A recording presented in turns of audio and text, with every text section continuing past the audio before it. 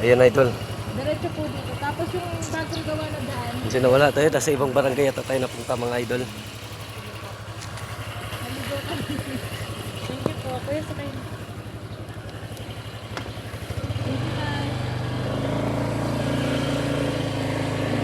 Dito.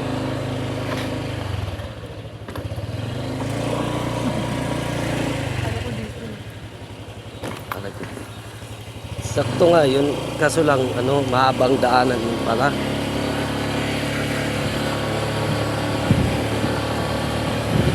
Alag. Minsan yun ang problema sa ways. Kaya nga. Sinundan natin dito. Sisihin natin minsan yung ways. Dito wala namang daan dyan. Kaya nga.